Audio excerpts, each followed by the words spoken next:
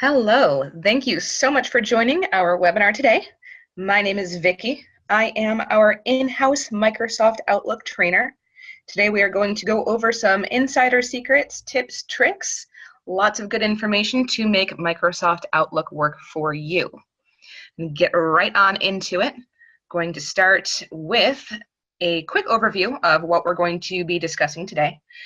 We're going to go over some keyboard shortcuts and how to best use the help option for people who are brand new to Microsoft Outlook. We're going to go over productivity and calendars, quick steps, rules, and search folders, forms, templates, and quick parts.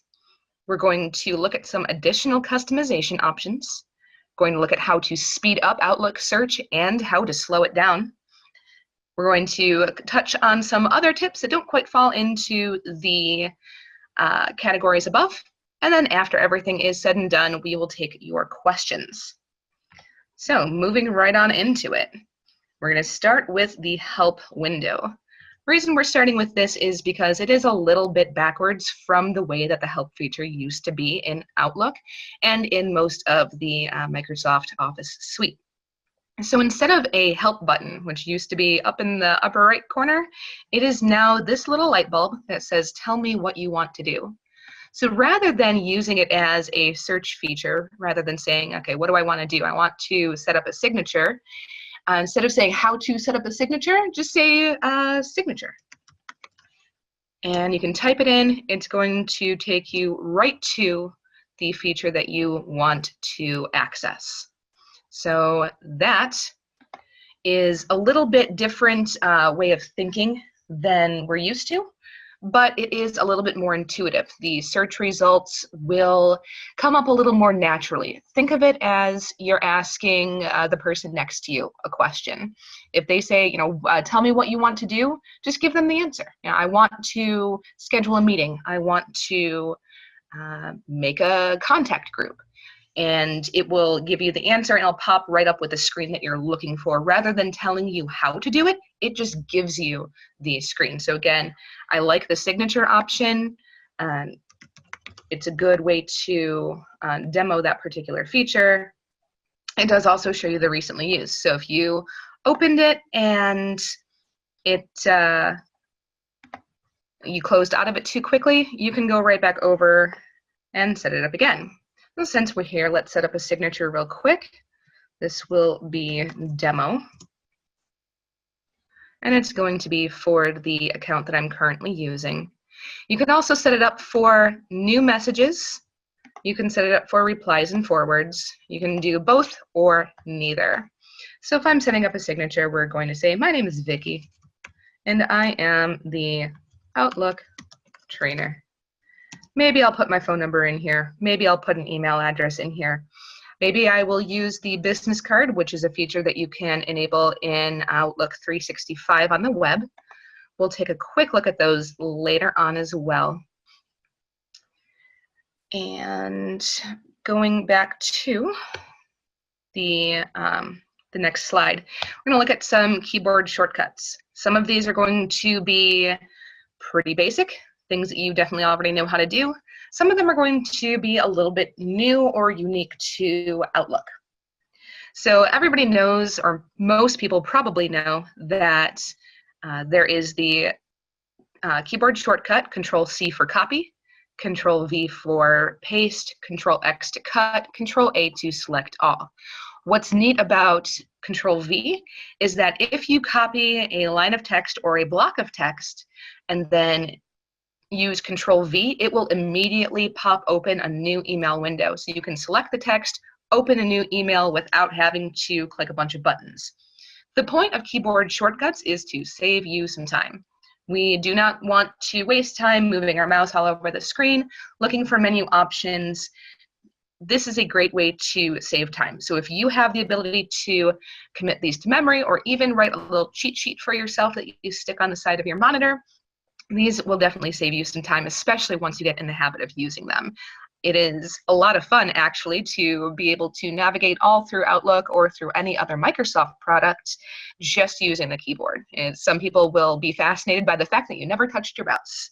and it's always fun to look like a wizard, look like an expert by navigating without ever touching the mouse. So a couple of other shortcuts that are unique to Outlook. To automatically reply to an email that you have selected, you can use Control-R. Alt-W is to forward an email. Alt-R is to reply all. I say use with caution. A lot of people do not need to reply all the time, and you can get yourself into a little bit of trouble if you are replying all to things that maybe you should not be passing along to everybody, so use that one with caution. Control-R for reply is probably the better choice, unless you know for sure that everybody needs the information that you are sharing. Control-Shift-V is the Move Items menu. That one I will show you. So Control-Shift-V is going to allow you to move emails automatically to your folders. So right now, this is a brand new demo account. There's not a lot in here. I don't have any folders set up. We are going to go into how to set the folders up, but I wanted to show you a brand new, bright, shiny, clean version so that we can see what it looks like when we start to do the customizations. But if you are someone that has lots of folders, dozens, hundreds of folders, the Control-Shift-V option pops up this Move Items window, so you can immediately and quickly move items to folders. You can arrow down through them, use the keyboard to hit enter on any of these things that you need to access. So that is a very, very time-saving option. If I recommend any of them that you memorize, Control-Shift-V is going to be that one. The other one that is fantastic is Control-G. Control-G, when you are in the calendar, will bring up the, oops, why are you, well, that's different. All right, not sure why it did that, but we'll put you back over where you belong.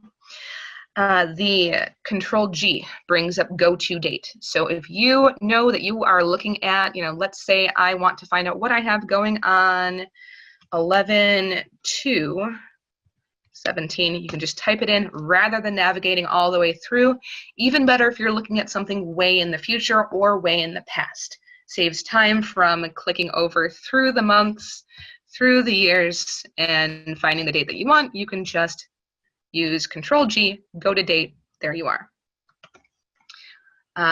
Going back over to the Outlook screen, you can use Control-1 to take you over to your mail screen. You can do Control-2 to go to the calendar. Control-3 brings up your contacts. And if you need a reminder which one's which, down here in the bottom left corner, you'll see the first one is mail, that's Control-1. The second one is your calendar, that's Control-2. So these hotkeys will save you some time from having to move your mouse all the way down to the bottom of your screen. You can just tab back and forth between them with Control-1, 2, 3, 5 takes you to tasks. If you are someone who uses tasks and notes, that is a good one. But I find myself using Control-1 and 2 to go back and forth between the inbox and calendar fairly frequently. So, last one on this list is for additional shortcuts.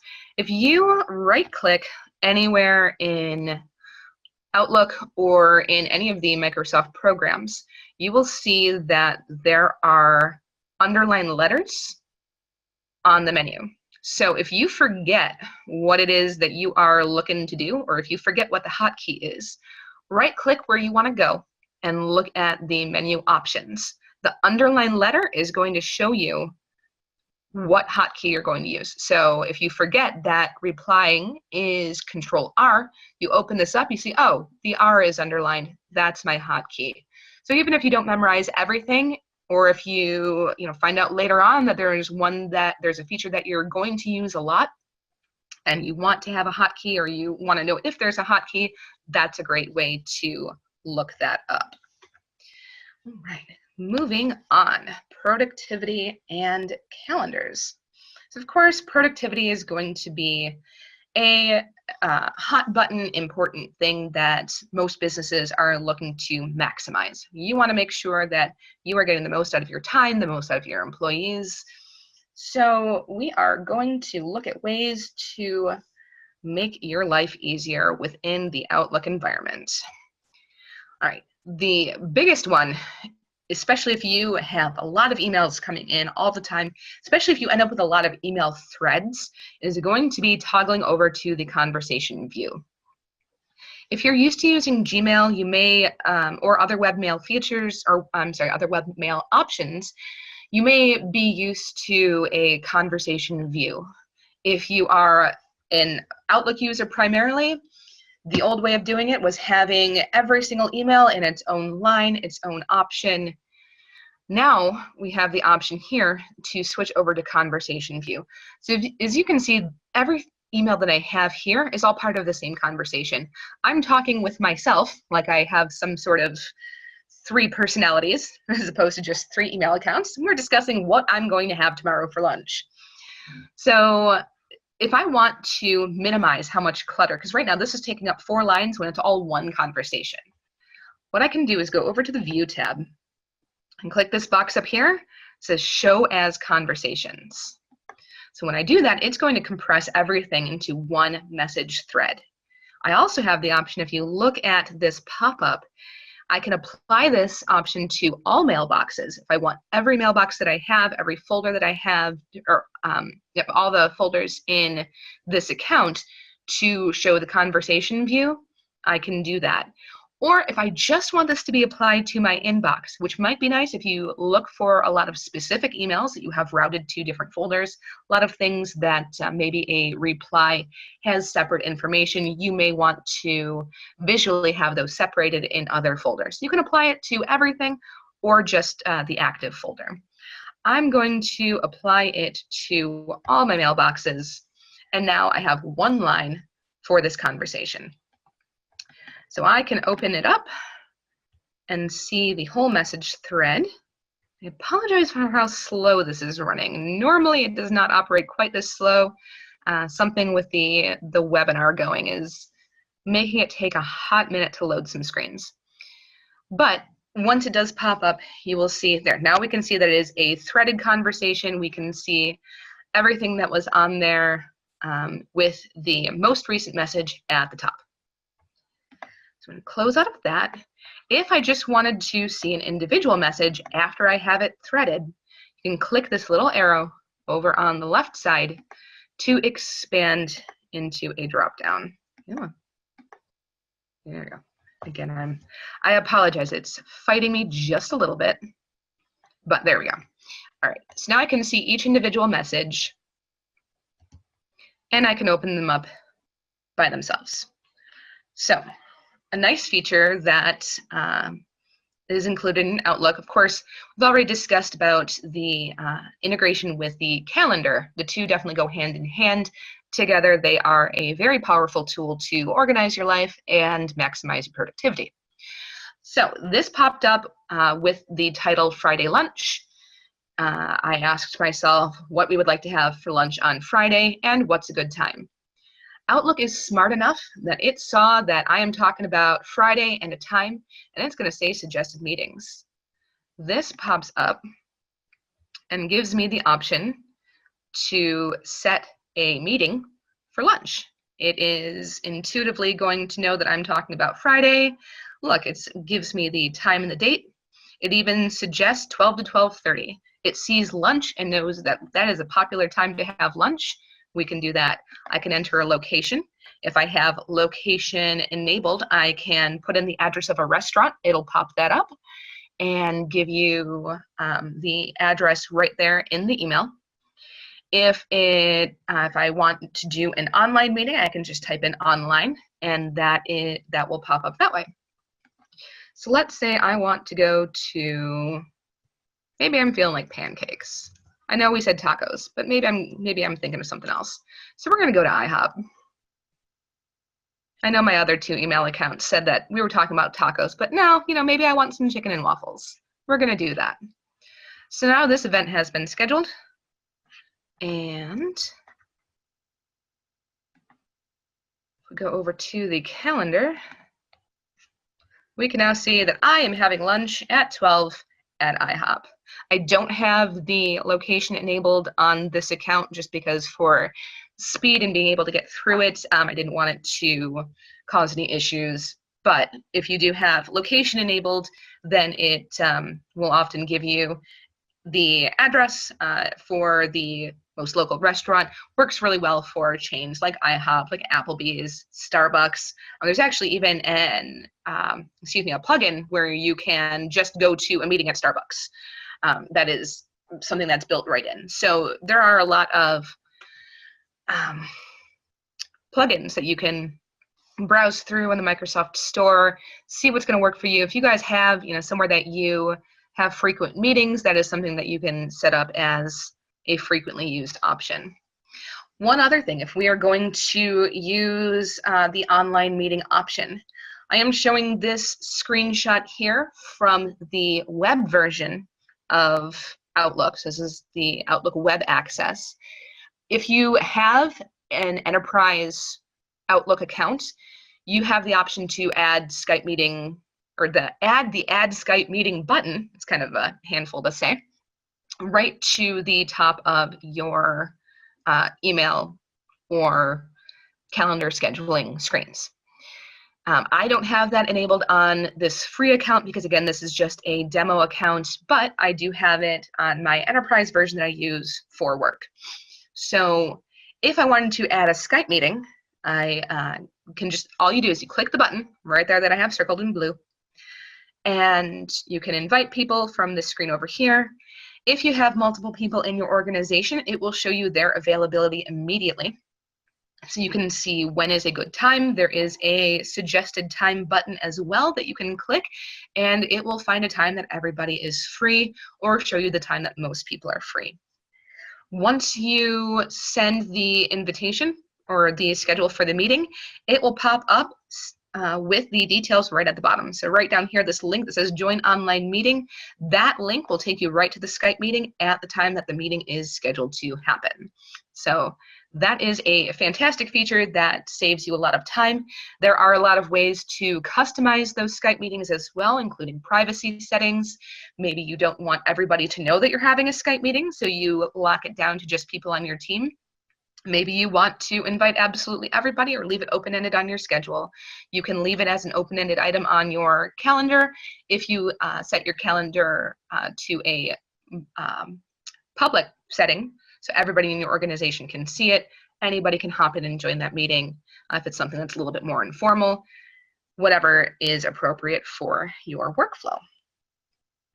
One other thing that is pretty neat that we can do with these meetings, let's open this one up. You can take meeting notes. So one of the integrations that this has that I think is extremely powerful is the ability to use OneNote 2016 and take meeting notes. So let's say that I don't know what meeting or I don't know what notes I might want to take about my IHOP lunch, but if I wanted to do that, here's the way that that would work. I can share the notes with the meeting. So that would attach it to the meeting on anybody's calendar. Or I can take the notes on my own, and it will keep it locally to my account scheduled on, or attached to the event in my calendar. So I'll go ahead and take a note. And this may take a minute to load, so we'll just talk over it as it loads. If you are familiar with OneNote, oh, there we go. We'll just call it quick notes. All right, and as that opens, you have the ability to take notes that are very organized or lightly organized. If you have an entire notebook just for meeting notes, then it will show all of the notes from all of your meetings, which you can access through OneNote. Or when you go over to your calendar, if you open up a past meeting, it will show you the notes from that date. So you can see that it automatically shows that what this meeting is. So this is the lunch meeting. You can see the date and the time that it was scheduled. You can see the date and time that the meeting actually occurred, and you can see the participants. Once the meeting takes place, these will turn into checkboxes. It will show either that the person attended with a green check, or it will show that they didn't make it with an X. Very cool to be able to keep details on who was there. That way you know who got the messages or who got the information that was given in the meeting, who didn't. So if someone says, oh, I wasn't at that meeting, you can come back and check and see, yes, you were definitely at that meeting, you got that handout, you got that email, you got that information. Or you can say, oh, nope, looks like you weren't there that day. Great way to keep tabs on things, because if you are someone who has a lot of meetings and you don't necessarily take roll, it's a good way to completely forget about who was there. If you don't have that information already documented somewhere, you may not remember who was at every meeting. It's a lot of information to recall. This is a great way to keep that information, and it does show it by the date. So I love this feature.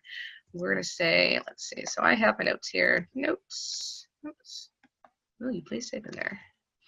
Okay, it's not wanting to let me type in, but we can save it and be done with it. Oops. All right. Then if you go back into the meeting notes, so if I close this out,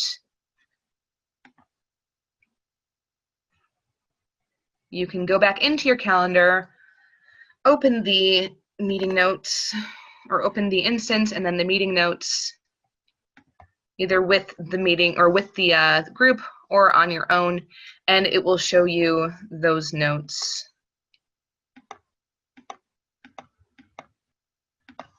That were attached to that meeting. So this is something that stays. It will be available as long as you do not clear out the data from your calendar. So that'll be there a year from now. It'll be there whenever you need it. Very, very great feature for keeping organized across meetings. Right, next that we are going to move on. Oh, actually, I'm going to go back to one other quick thing. Want to touch on meetings or the calendars. Going back to the Home tab. Have the option to share your calendar, publish your calendar, or set global permissions. So if I want to just share my calendar with one person in my organization, I can invite them to accept that. I can invite them to add my calendar to theirs. If you have a team of a lot of people below you, maybe you want them to know where you're going to be, when your meetings are scheduled, when they can come and visit with you or bring things to your attention, or when you are simply not going to be in the office, you can share that with them. You can also request permission to view your recipient's calendar. So if you want this to be a reciprocal relationship where you can see their calendar, they can see yours, you can go ahead and check that box. So if you leave it unchecked, it says it's a sharing invitation. If you check it, it says it's a sharing request. So now you are saying, hey, I want this to be a back and forth. Please go ahead and share this with me. You can stick some notes in here explaining what you're doing and why.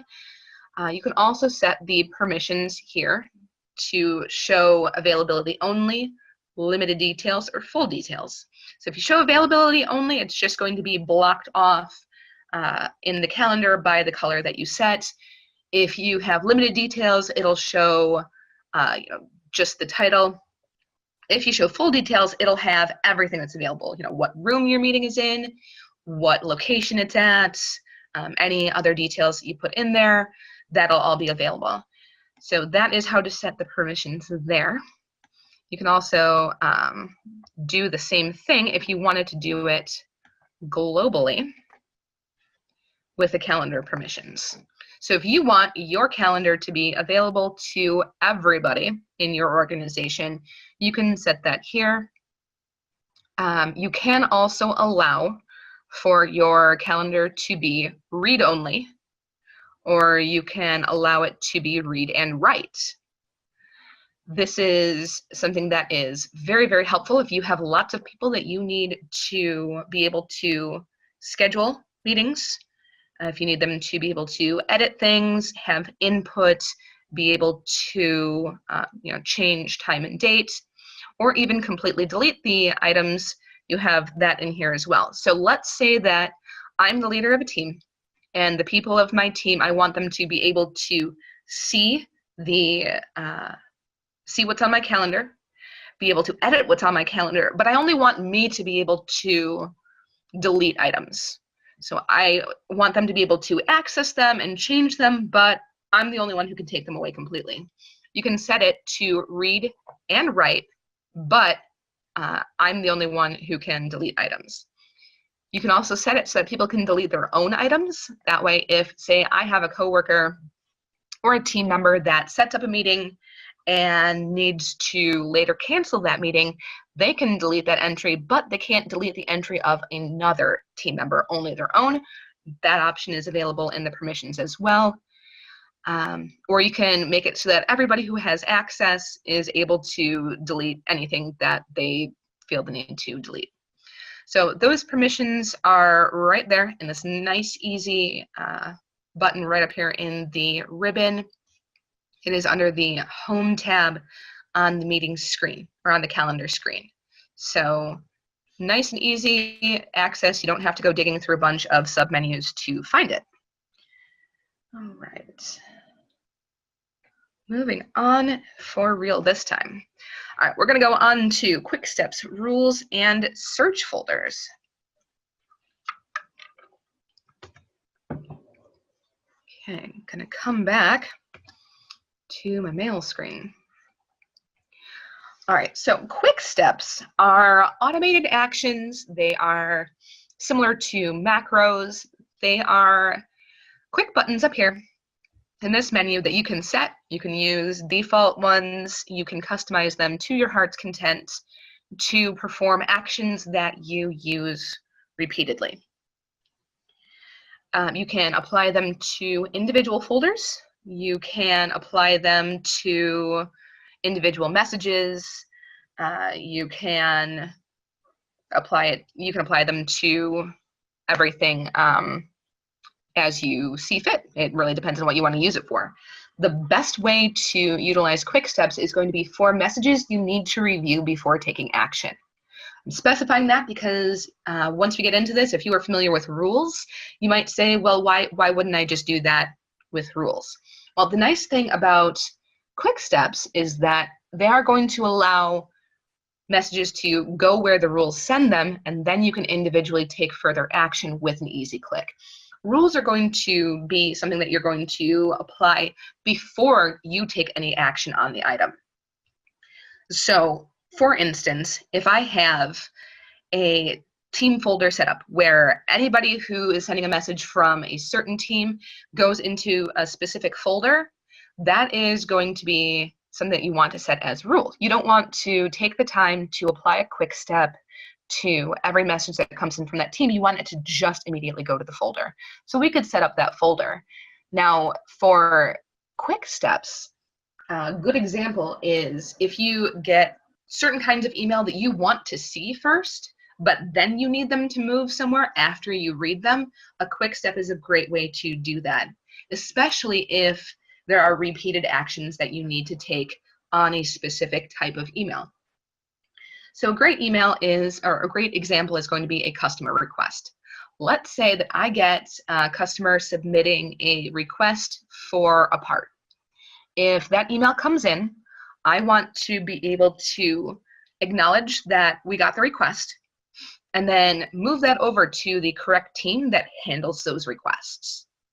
So since that's something that I'm going to do over and over again, assuming that people are going to make requests frequently, a quick step is a great way to ensure that I've seen the request, that it's not just getting routed to another folder, that the reply is happening, and that it is then moved to the correct folder later.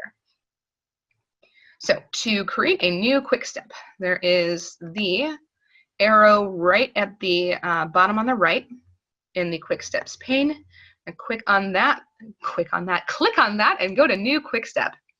So there are some that are kind of default, that are very commonly used, or I can go down to custom. So we're going to call this one request. And over here, I can choose an action. So choose an action. I'm going to, let's see, we're going to reply because we want to respond to it.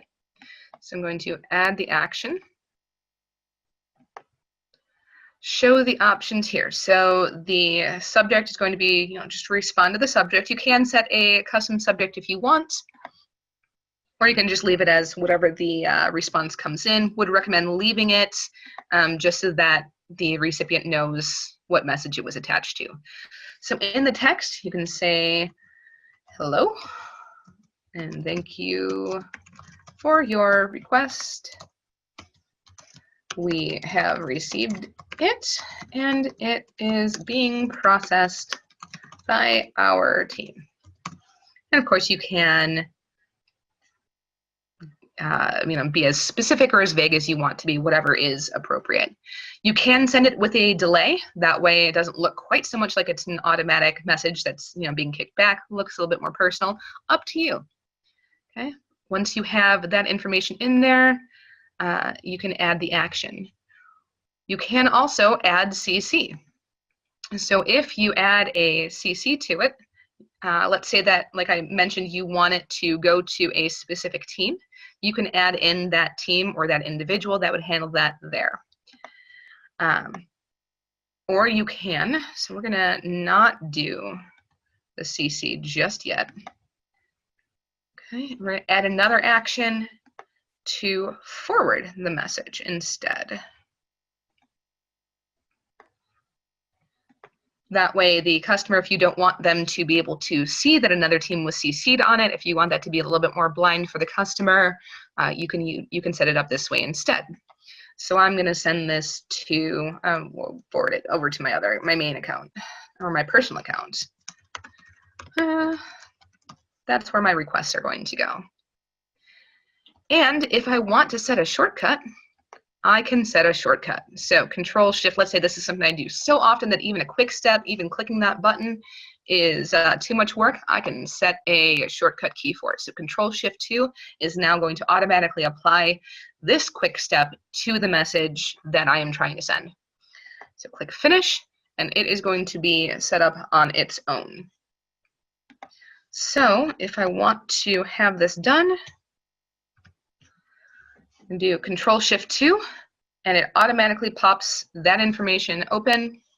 You can see that it is now working on its own. I am replying to the customer, and I am forwarding the message over to the correct party. So I don't have it set up to automatically send right now, just because I am in demo mode, but that's what that looks like. So you can see how this is going to make it a lot easier to perform actions that you repeat over and over again. Another good one you can do, and I will just show real quick, is sending it to a folder. Oh, gotta give this one a new name. We'll just call it folders. Choose an action, move to folder. Choose a folder, don't have any folder set up. So I think it's going to make me add a folder first, which I'm not going to do just now. But an example for this is, let's say that there are emails coming through about finances. And you definitely want to be clued into the finances because that's a pretty important thing that you do in your job. You want to not necessarily have it route. No, I definitely don't want to do that right now. You want it to route to another folder, but not before you've seen it. So you can leave it coming into your inbox, have a folder designated. Oh, there we go. Now you're allowing me to do it. We can move it over to a new folder. We'll call this finances. All right. So now anything that I have here, I'm going to go ahead and change this to finances too. Oops. All right, so change that over to finances. Now we can add this action. Anything that I decide is related to finances, okay, I can automatically send there. So finances, this one I didn't set a hotkey for. That's okay. This is one where I want to take my time and make sure that I've seen it. So now I'm in the mood for tacos is a financial issue. I have clicked on that, sent it over to my folder, finances, and there it is. It's now in that folder with one click. Now, one other thing that I want to show you about this expanded view. If we have this set to the conversation view, and I want to know where a specific message is housed, especially if I have applied something in an email chain like this to, I really need to get an external mouse for this. I apologize. There we go. I can see where, will you please, there we go. This particular email message now shows that it is in the finances folder. So if I want to save a specific message out of an email chain, I can do that. I can route these all to different folders if I wanted to. If I'm not interested in this message, I can delete this message, have it go to trash, and still see where the original messages are. So this just gives you even more opportunity to keep track of entire conversations, but then also know where those items are all housed. Right. All right, so that's quick steps. Rules is, as I said, a little bit different. So quick steps are for things that you want to review before you take action. Rules are going to be for messages that can receive action before you review them. So a good example of this is a feature that some very smart person, way smarter than me, came up with one day, decided that they were getting way too many emails in their inbox that were CC'd to them that they didn't necessarily need to take action on. They were things that they, maybe they as a project manager or a CEO wanted to be looped in on just in case they needed to monitor, but there were way too many of them coming through. So what that person did was they decided to create an inbox CC folder. So we can set up a rule to route messages to a specific folder called inbox CC. So up here is the rules option. You click the drop down just below it and you can create a rule. This brings up a create rule screen. So we are going to go to the advanced options. You can see some of the basic options here where it shows the message that I have highlighted, so I can apply it to emails that come from my personal account. I can apply it to emails that are sent to a specific email address or what the subject contains, but we want to go deeper with this. We want to go into the advanced options. So to set up specifically the inbox CC option, you're going to want to select the option that says where my name is in the CC box.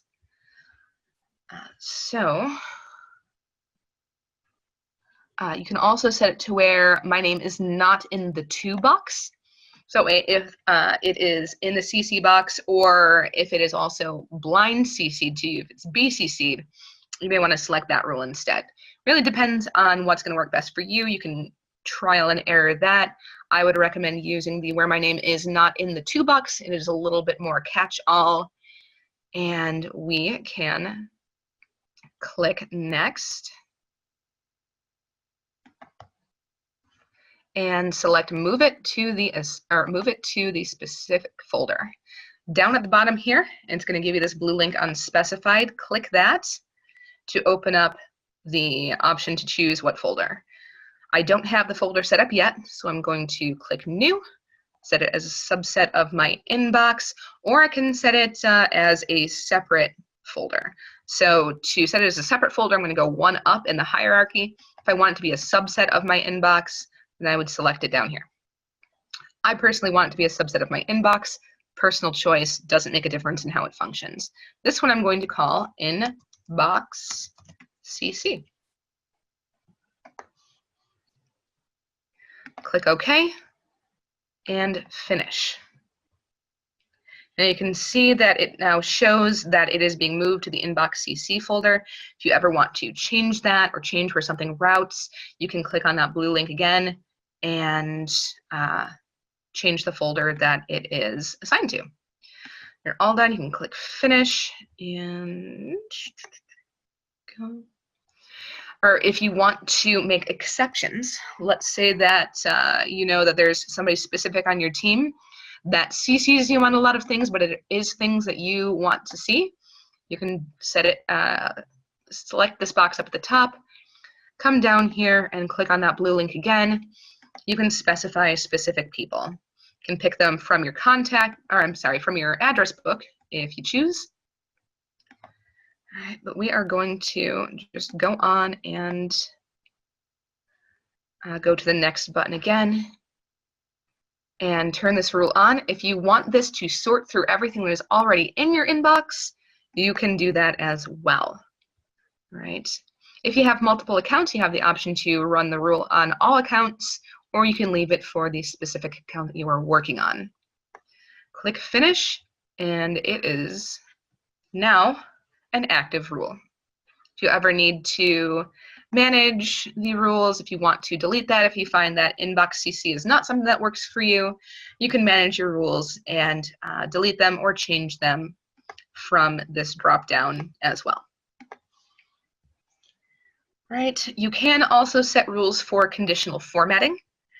Conditional formatting, if you want individual emails to show up in your inbox as a different color, that way they are a little bit more easily visible, you have the option to do that. If you want them to be in a bolder text, you can do that as well. There are as many options as you can come up with, and you can tweak them as much or as little as you want to create an inbox experience that works for you. All right, so that's kind of the difference between quick steps and rules. Again, just to touch back on it, quick steps are for items that you want to see before you take action. Rules are going to be for messages that can go to a different folder before you take action on them. One other thing that we can do as well is search folders.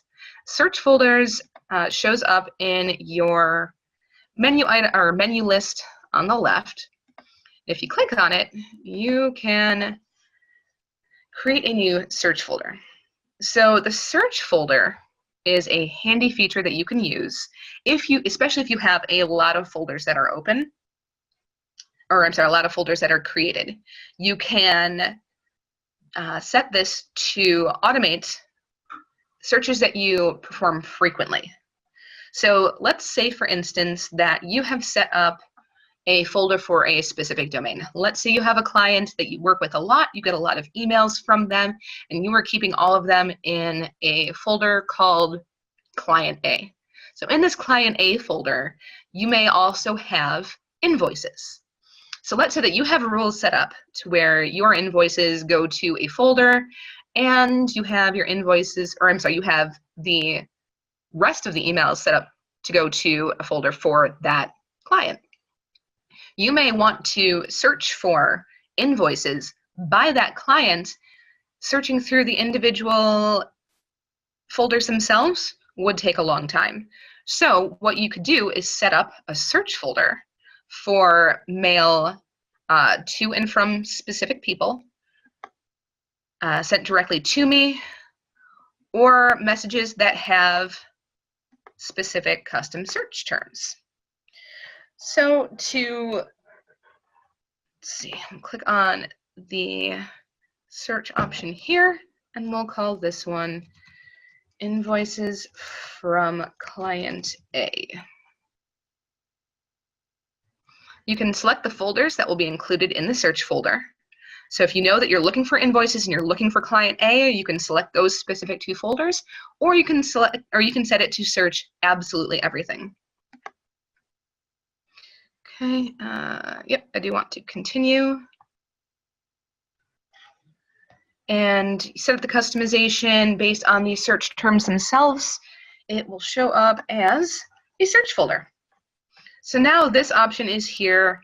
I didn't set up the search terms themselves because I don't have the keywords. I don't have everything all on this demo account. However, you can see that if you had the invoice folder and the Client A folder, it would then show just invoices just from Client A. So that's one way to use that. Another way to use it is, let's say that you have client A and you work with 15 people in that organization, but you only need today emails from their financial contact. You can set up a search folder that shows only emails from that particular individual from client A. That way you can see the messages that are from the person that you speak with about that topic without seeing everything else that came from that organization. That's a good way to keep track of searches that you perform often. You can, of course, use the standard search, which is up at the top of the second column at all times. You can search everything on the entire account, or you can search individual folders. It is up to you. But if you find yourself performing the same search over and over and over again, probably a good idea to set up search folders. One caveat with search folders, this is a feature that is primarily functional for the Outlook desktop version. Most of the features that we're covering today are also available in the web version. This is something that is saved locally to your individual machine. The nice thing about Outlook is that it truly is just a window into the Microsoft Exchange server. It is not the server itself. So most of your features that you set up, your rules, your quick steps, and your folders are all going to be available from one machine to the other, also available from offline to online. Currently, search folders is something that is strictly local. So it's going to be on the machine that you set it up on. It's not going to show up on the web version. Per Microsoft, they are working on getting that feature enabled on the web version as well. So it is a feature that should be there eventually. If you absolutely desperately need it, please do reach out to us. We can tell you how to set it up. It does involve tweaking with the offline settings on the web version and then going through some settings on the desktop version. So it's a little clunky, but it is something that is there if you absolutely do need it. For most people, though, having it just set up locally is more than sufficient if you do use the search folders. So great feature. Unfortunately, not one available on, or not one easily set up on the web version at this time, but a feature that is in the pipes for Microsoft to bring to us eventually. All right, we're going to go into forms, templates, and quick parts. This is going back to that original quick step that I set up, where there are emails that maybe something that you send very frequently. You can run that macro as a quick step.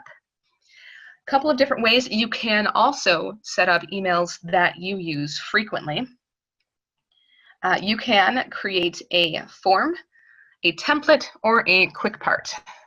Differences between the two. Forms and templates are for frequently sent emails, whereas quick parts are templates for frequently typed information. What's the difference? Maybe you have a response, a greeting, a tip that you type frequently and insert into your emails that you do not need to have as an email all on its own. It's a great feature to set up the quick part.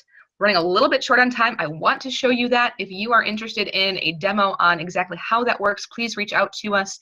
It is easy to use. It is very handy, but I'm not going to demo it right now just because we are already running into a little bit of overtime. But it is a very cool feature. I want to show you all the cool stuff that we have. So we're just going to go to forms and templates. So forms utilizes a quick step. So it's a quick step that we already went over. This one is going to just create an email with a preloaded response.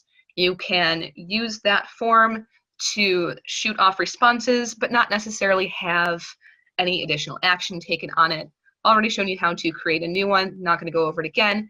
Imagine that this is an email with a template that you can see a quick response, say, okay, I've got Friday lunch, I just want to respond to it quickly, click that button, and whatever the response is, I've now sent out. So if you find yourself doing a frequent response, but you don't need any other action taken to it, you can set up a quick step as a form. Templates are a little bit different. This is something that is going to save locally as an Outlook template. Something that you can do a little bit more customization, a little bit more formatting on. You can also add images and anything else that you need to as well. You can attach files to it. It is, however, something that is saved locally again. So this would be something that is very useful for things like progress reports, supply requests, anything that you are attaching, say, a spreadsheet or a presentation to. Setting that up as a template is a quick and easy way to get that going. So let's say, we'll do that real quick. I am going to type in, we're going to call this monthly report. So if I'm typing in this monthly report and I have, let's see, this is my month, this is my date, and this is my information, see spreadsheet. What I can do is go to File and Save As. And with the Save As option, I can save it as an Outlook template. When you save something as an Outlook template, you can save it to whatever folder you want, and it will be available to you in this format anytime you need it. So especially if you have something that you are sending out frequently, such as a file or something with a lot of formatting that you don't want to go through copying and pasting, you can just set up this type of template, save it locally, and have it available to you whenever you need it. Again, I emphasize that this is saved locally because this is something that's going to save for you on the machine that you're working on, but not necessarily be available in the cloud. So you're not going to see it on the web version. If it's something that you definitely need available there, maybe set it up as a quick step instead.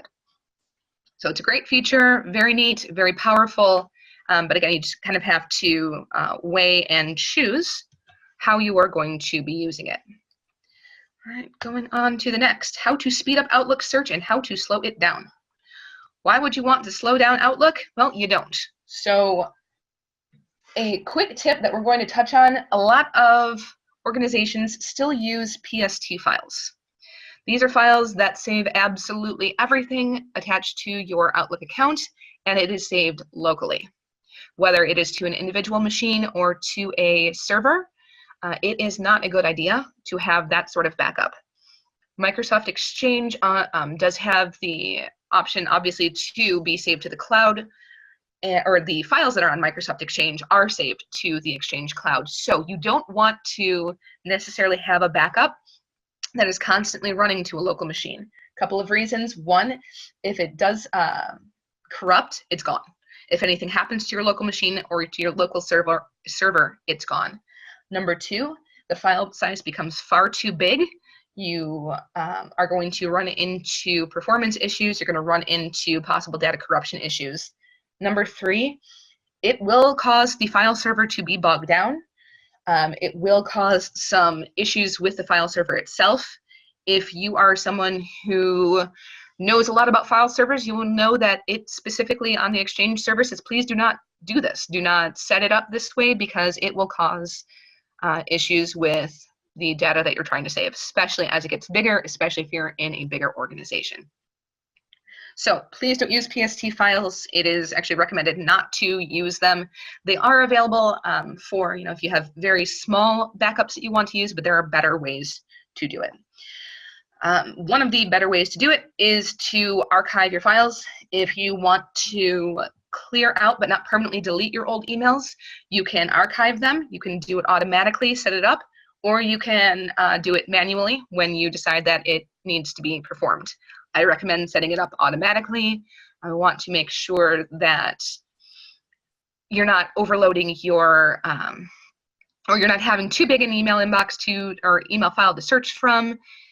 It will, again, start to slow things down. So archiving your old messages will definitely speed things up. You can set the parameters for how old you want it to be or how far back you want it to go. So if you need something, from the entire fiscal year or from a calendar year, you can set those parameters how it best works for you. The other option that we can do is re-index.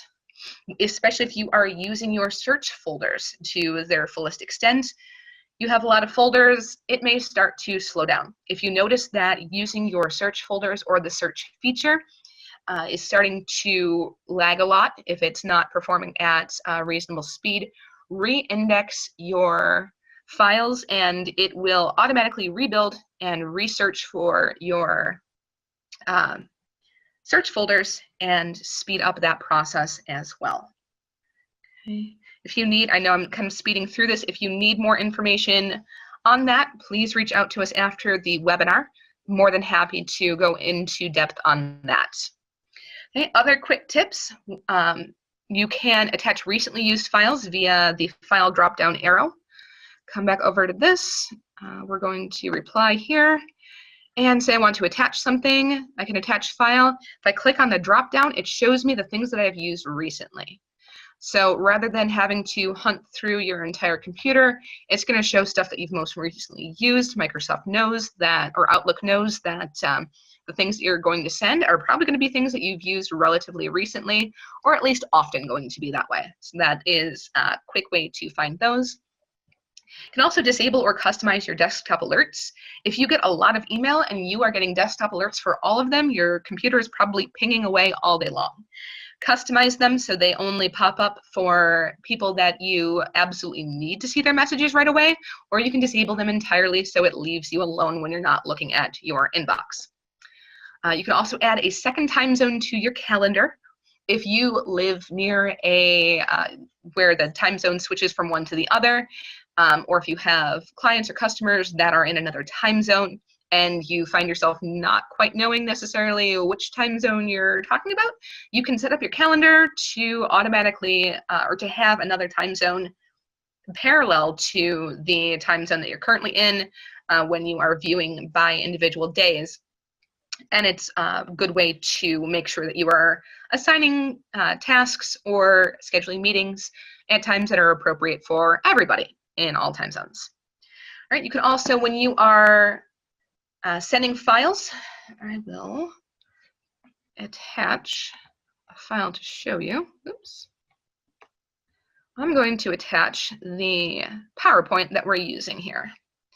Now, options that I have, I can share this as a link to OneDrive, or I can share it as a file that will be attached in the old traditional way, so that everybody gets a copy, whoever is attached or whoever receives the attachment.